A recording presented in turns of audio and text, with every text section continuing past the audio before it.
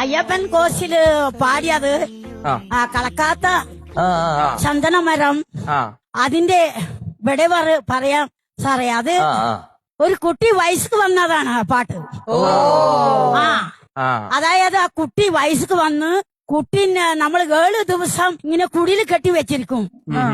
അത് കഴിഞ്ഞിട്ട് 7ാമത്തെ ദിവസം പുറത്തിറങ്ങി ആ കുട്ടീനെ കുളിപ്പിച്ച് നമ്മുടെ വാതക്കത്ത് കൊണ്ടുപോയി വെച്ച് പായ പിരിച്ച് അവിടെ ഇരുത്തി നമ്മൾ ഉപയോഗിക്കുന്ന എല്ലാ സാധനങ്ങളും കയ്യിൽ വെക്കും.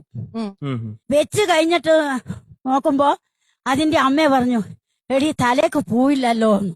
അപ്പോഴാണ് അനിയനും ചേച്ചിയും കൂടി പൂക്ക് പോയത്.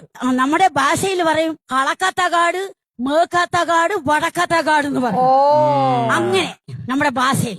അപ്പൊ കളക്കാത്ത കാട്ടില് ചന്ദനമര പൂത്തിട്ടുണ്ടും മേക്കാത്ത വെച്ചമരത്തില് ഒരു ചന്ദനമരം വെച്ചമരം, വടക്കേ ആലമരം, ഇങ്ങനെ 3 മരത്തിലിരുന്ന് 3 പൂ എടുത്തിട്ട് വന്ന് ഈ കുട്ടിക്ക് വെച്ചാൽ എല്ലാടാ ഇത് കുട്ടീനെ നന്നാക്കാൻ പറ്റുമെന്ന് പറഞ്ഞപ്പോ ആ ചേട്ടനും അനിയത്തിയും കൂടി കളക്കാത്ത കാട്ടില് പൂക്ക് പോയ പാട്ടാണ്.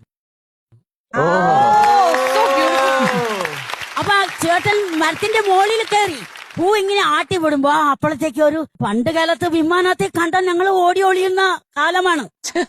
അപ്പൊ ഇവർക്ക് എനിക്ക് അതിശയമായി. അപ്പൊ ഈ കുട്ടി പൂ പൊറുക്കുന്നില്ല. പൂ പൊറുക്കി ഇങ്ങനെ കുനിയുമ്പോ വിമാനം പോകുന്നുണ്ട്. ആ ടൈമിലാണ് ഇത് ഈ അനിയത്തി പാടിയത്. കളക്കാത്ത ചന്ദന മേര പുത്തുരുക്ക് പൂ പറിക്കാ പോകിലാമ വിമാനത്തെ പക്കിലമ്മ.